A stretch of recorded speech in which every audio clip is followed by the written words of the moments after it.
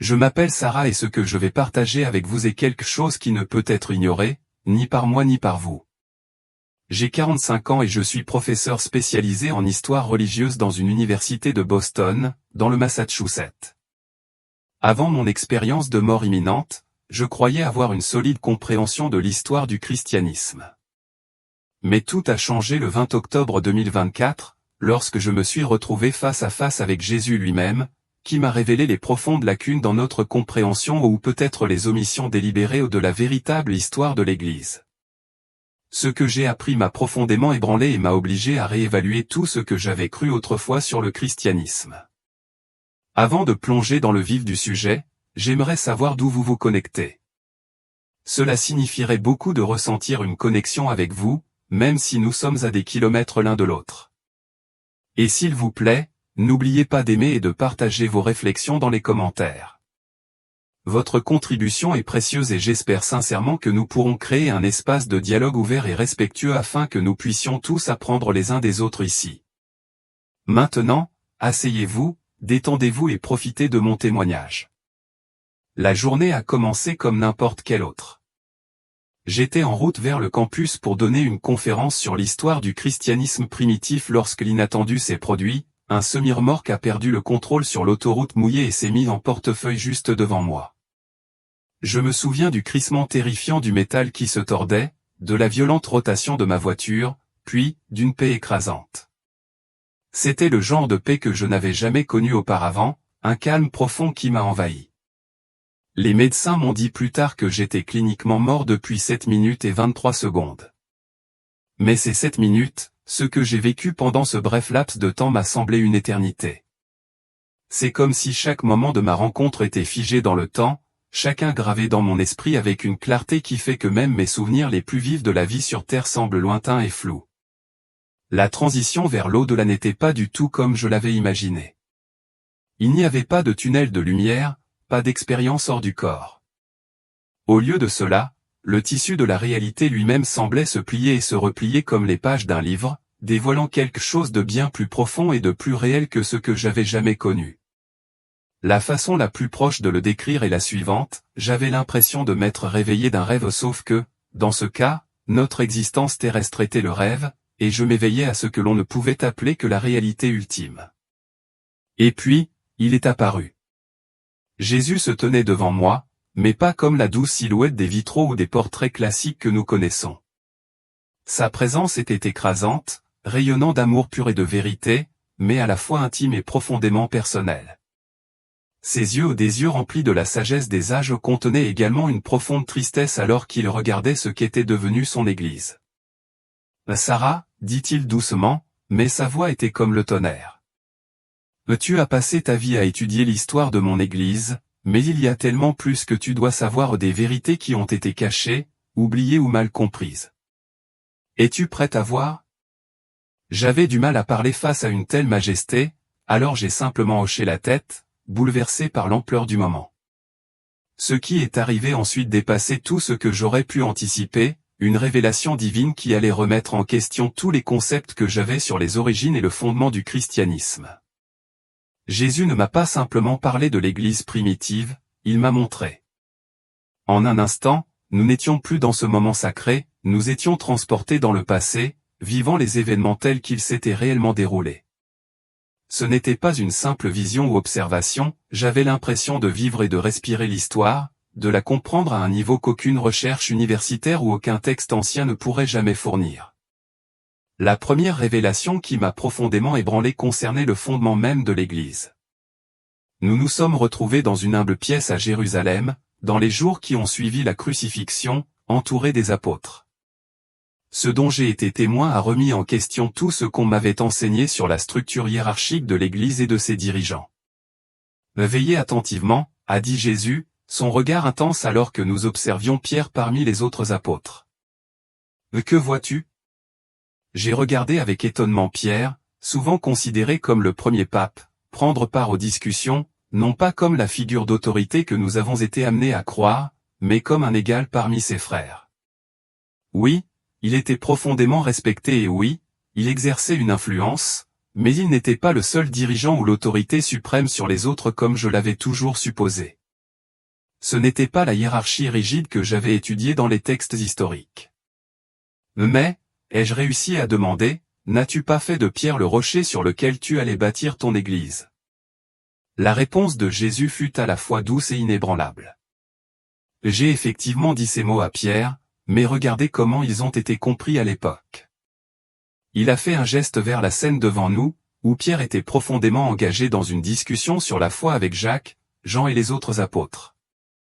Le « rocher » ne visait pas à créer une hiérarchie rigide avec Pierre à sa tête.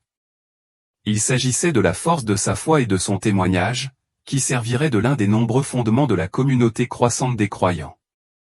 L'Église primitive n'était pas la hiérarchie formelle et structurée que nous connaissons aujourd'hui. C'était plutôt une communauté dynamique et diversifiée de croyants, chacun apportant ses dons et ses connaissances au mouvement. L'autorité n'était pas centralisée chez un individu ou un bureau, elle était partagée entre de nombreux dirigeants fidèles, tous travaillant ensemble pour diffuser le message du Christ. La scène a changé en un instant, et soudain, Jésus et moi nous sommes retrouvés dans les rues animées de la Rome antique. Le changement d'atmosphère était frappant, de l'humble rassemblement de Jérusalem au cœur du pouvoir impérial.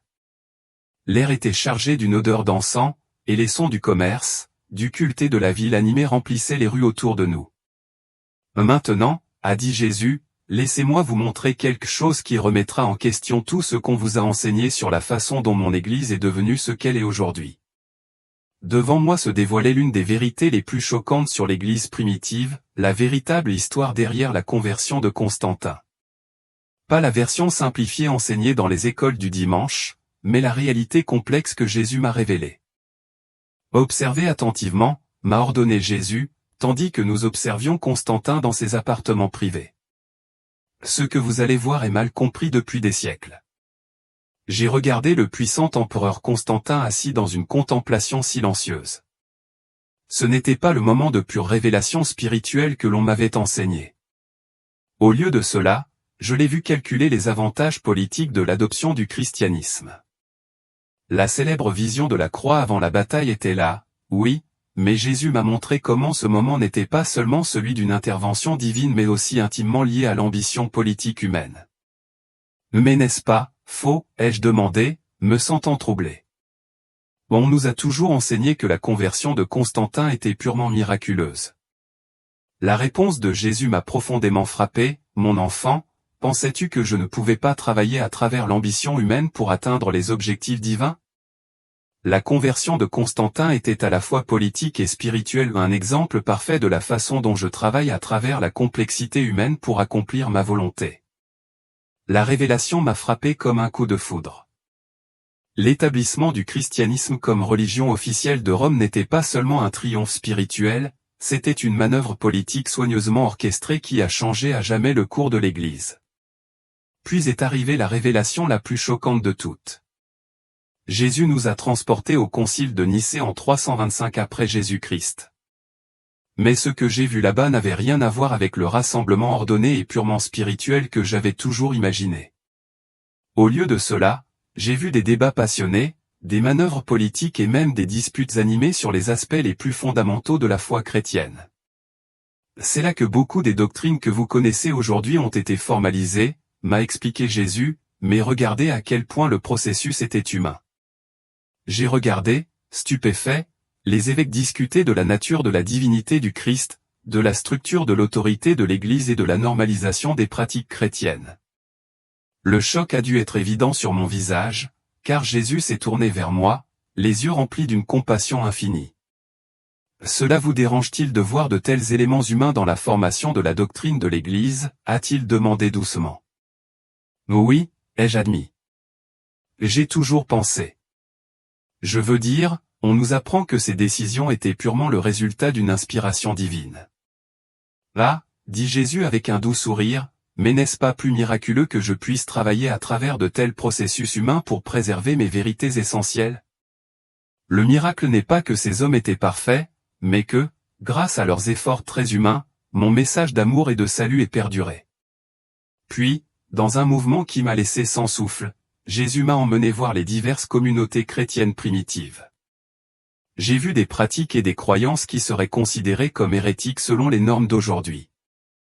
il y avait les chrétiens gnostiques, avec leur hiérarchie spirituelle élaborée et leurs connaissances secrètes, les ébionites, qui s'accrochaient aux traditions juives, et diverses églises de maison, chacune avec sa propre interprétation des enseignements du Christ.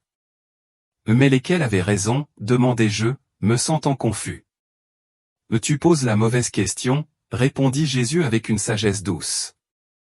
Ce que tu vois, c'est comment mes disciples, dans leur désir sincère de comprendre, ont interprété mes enseignements à travers leur propre lentille culturelle et spirituelle. La vérité se frayait un chemin à travers la compréhension humaine, comme la lumière filtrant à travers un prisme. Nous avons avancé dans le temps et j'ai vu comment l'Église a commencé à centraliser son pouvoir à Rome. Mais encore une fois, ce que Jésus m'a montré défiait tout ce qu'on m'avait enseigné. Le choix de Rome comme centre de l'Église n'était pas uniquement dû au martyre de Pierre, mais aussi à des considérations pratiques concernant le pouvoir, l'influence et l'empire lui-même. Regardez, a dit Jésus, alors que nous observions les premiers papes naviguer dans les eaux spirituelles et politiques. Voyez comment ils ont lutté pour équilibrer l'appel divin avec le pouvoir terrestre. J'ai vu la hiérarchie de l'Église se développer, lentement mais sûrement, en s'inspirant des structures administratives romaines. Les pratiques que nous considérons aujourd'hui comme des traditions immuables ne sont pas nées complètement formées, elles ont évolué, façonnées par le passage du temps et les besoins changeants de l'Église. Le rôle des évêques, le pouvoir croissant de la papauté et la structure de l'autorité de l'Église, chacun d'eux a émergé progressivement, à travers des processus très humains de prise de décision et d'adaptation. Mais alors, ai-je demandé, qu'en est-il de l'infaillibilité papale? De la succession apostolique? Les choses qu'on nous enseigne sont fondamentales pour l'autorité de l'Église. La réponse de Jésus fut à la fois douce et profonde, ces doctrines ne sont pas apparues du jour au lendemain. Elles se sont développées au fil du temps, alors que mes disciples essayaient de comprendre et d'organiser mes enseignements. L'autorité est réelle, mais elle est venue d'un processus bien plus complexe que la plupart des gens ne le pensent. L'un des moments les plus choquants fut lorsque Jésus me montra comment certains évangiles et écrits furent choisis pour le Nouveau Testament tandis que d'autres furent exclus. Nous nous retrouvâmes au milieu de débats et de discussions qui façonnèrent ces décisions. Tu vois comme ils ont lutté, dit Jésus, montrant les dirigeants de l'Église qui débattaient passionnément des textes à inclure. Ils étaient sincères dans leur désir de préserver la vérité, mais le processus était bien plus humain que beaucoup aujourd'hui voudraient le croire. J'observais, fasciné et quelque peu perturbé, les décisions concernant la doctrine et la pratique se déroulèrent à travers une combinaison de conseils spirituels, de débats universitaires et, oui, parfois de convenances politiques. C'est peut-être la vérité la plus importante que je veux que tu comprennes, dit Jésus, se tournant vers moi avec une intensité qui fit trembler mon âme. Les éléments humains dans le développement de mon Église ne diminuent pas sa nature divine, ils la rendent plus miraculeuse. À travers toutes les complexités de la nature humaine, à travers les pressions politiques, les changements culturels, les débats et même les conflits, mon message essentiel d'amour et de salut a perduré. Les scènes devant moi continuaient de se dérouler, chacune plus révélatrice que la précédente. J'ai vu le développement de la liturgie prendre forme, le calendrier de l'Église être établi et les jours de fête et les périodes de jeûne s'intégrer dans la pratique chrétienne. Ce que les chrétiens d'aujourd'hui considèrent comme allant de soi comme des pratiques fondamentales est né d'un mélange fascinant d'inspiration spirituelle et d'adaptation culturelle. Mais pourquoi me montrer tout cela, ai-je demandé, bouleversé par l'énormité de ce dont j'étais témoin. Pourquoi révéler ces vérités compliquées?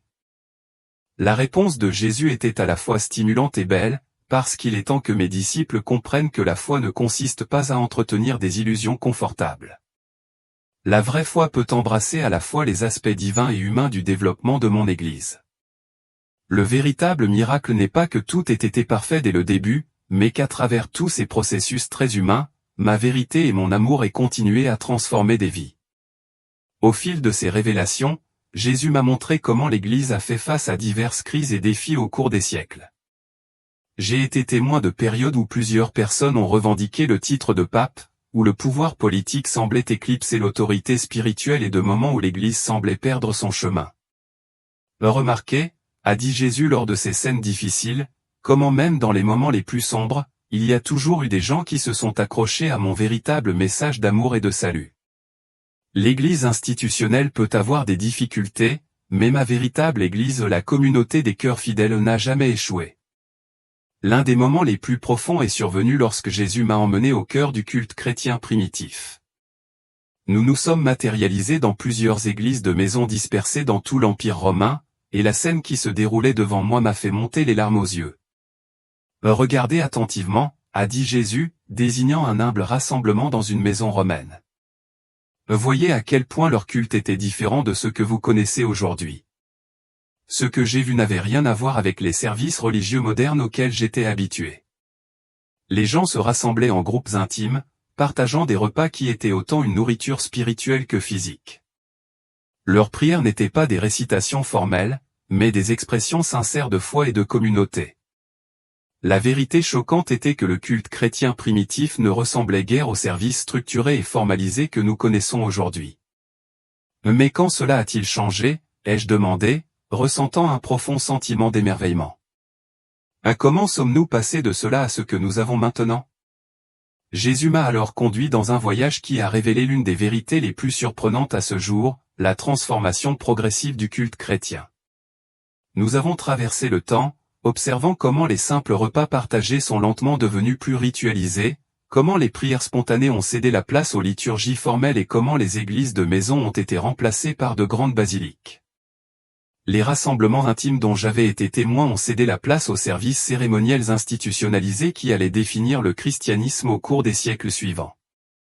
Remarquez, dit Jésus, comment chaque changement a servi un but à l'époque. Au fur et à mesure que la communauté grandissait, elle avait besoin de plus de structure. Lorsque la persécution a pris fin, elle a pu adorer plus ouvertement. Mais à chaque changement, quelque chose a été gagné et quelque chose a été perdu. Ces paroles restèrent dans l'air, m'invitant à réfléchir sur la façon dont la transformation, bien qu'inévitable, comporte toujours à la fois progrès et sacrifice. Les révélations sont devenues encore plus intenses lorsque Jésus m'a emmené plus profondément dans le développement de la doctrine de l'Église. Nous nous sommes retrouvés à assister aux débats acharnés sur la nature du Christ au Concile de Nicée. Mais cette fois, je les ai vus avec des yeux nouveaux. Il ne s'agissait pas seulement d'arguments théologiques, mais de tentatives passionnées et désespérées de croyants sincères pour comprendre des vérités qui dépassaient la compréhension humaine. Observez leur visage, a ordonné Jésus, alors que nous observions les membres du conseil discuter avec ferveur. Voyez la passion, la sincérité, mais aussi les limites humaines avec lesquelles ils se débattaient. J'ai vu comment les pressions politiques influençaient leurs décisions, comment les contextes culturels façonnaient leur compréhension et comment les ambitions personnelles coloraient parfois leur jugement.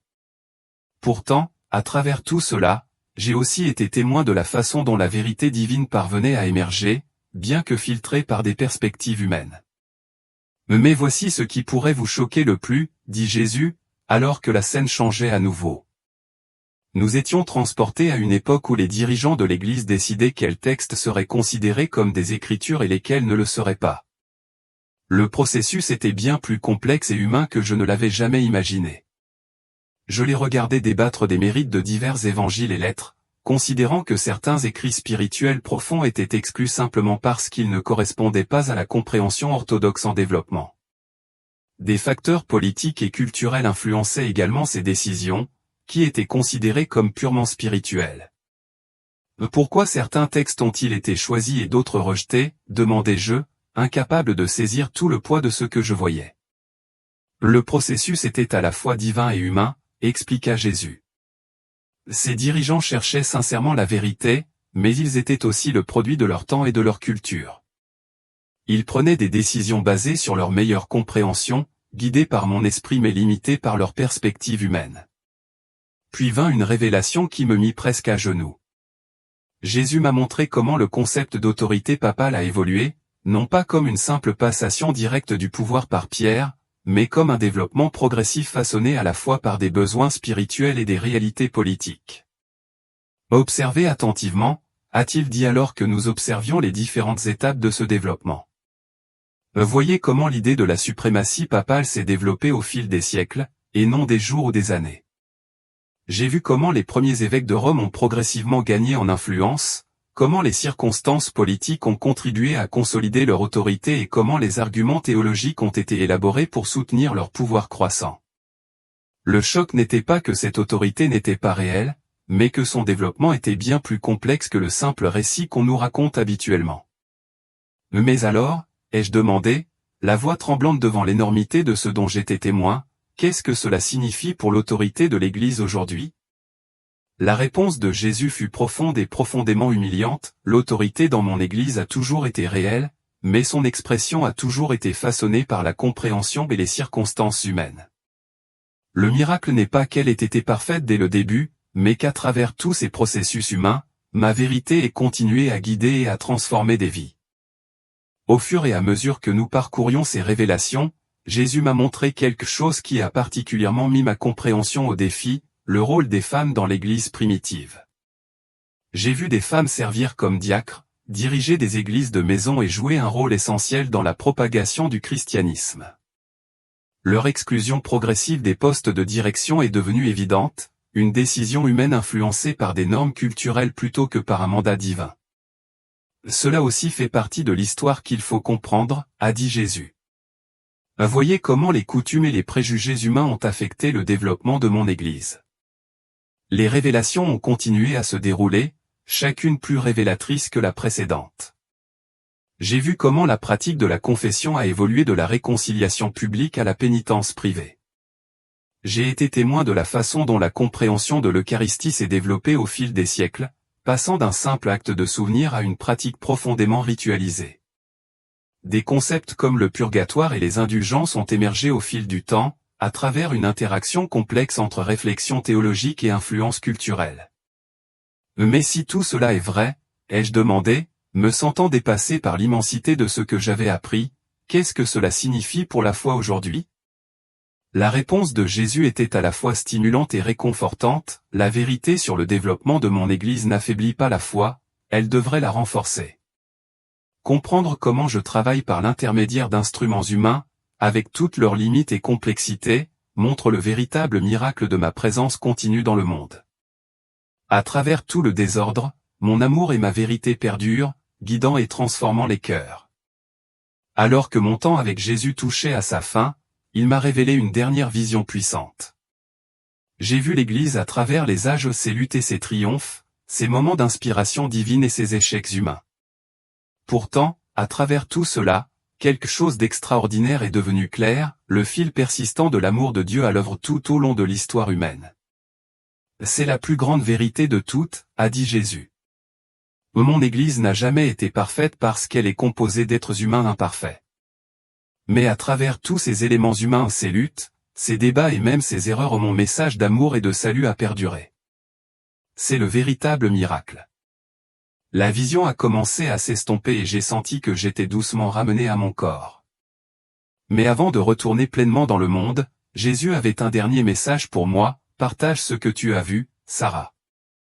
Dis-leur que comprendre les aspects humains du développement de mon Église ne diminue pas sa nature divine, cela révèle le véritable miracle de la façon dont je travaille à travers les êtres humains, dans toute leur complexité. Je me suis réveillé en sursaut dans la chambre d'hôpital, le poids de ce que j'avais vu me brûler l'âme. Les médecins ont qualifié ma survie de miracle, mais le véritable miracle était la profonde révélation que Jésus m'avait donnée sur la véritable histoire de son Église. Depuis ce moment, j'ai emporté ces révélations avec moi, comprenant maintenant qu'elles ne sapent pas la foi mais l'approfondissent. La vérité choquante sur l'Église primitive n'est pas qu'elle était parfaite, mais que, à travers tous ces éléments humains, la vérité et l'amour de Dieu ont continué à transformer des vies. La leçon la plus profonde de mon expérience est la suivante, l'histoire humaine de l'Église rend sa mission divine plus miraculeuse, et non moins. Comprendre comment Dieu agit à travers les êtres humains, accepter leurs limites, leurs luttes et leurs complexités, nous enseigne que la foi ne consiste pas à s'accrocher à des illusions confortables. Il s'agit d'accepter la belle et complexe réalité de la façon dont Dieu agit dans notre monde. Je partage ce témoignage non pas pour remettre en question votre foi, mais pour l'approfondir. La vérité que Jésus m'a révélée montre que l'œuvre de Dieu dans le monde est encore plus étonnante que nous l'imaginions, non pas parce qu'elle est parfaite, mais parce qu'elle englobe à la fois la direction divine et la lutte humaine. Avant de partir, je tiens à souligner que tout ce que Jésus m'a montré s'aligne sur les preuves historiques tout en offrant un aperçu spirituel plus profond de la manière dont ces événements se sont réellement déroulés. Il ne m'a pas montré une version simplifiée de l'histoire de l'Église, mais la réalité complète et complexe de la manière dont le dessein divin a agi par l'intermédiaire de l'action humaine pour bâtir son Église. Mon témoignage d'expérience de mort imminente n'est pas seulement un récit d'informations historiques, c'est un témoignage vivant de la manière dont Dieu œuvre dans le monde, à travers les êtres humains et les institutions humaines, pour accomplir son dessein divin. Et c'est là, en fin de compte, la vérité la plus importante de toutes.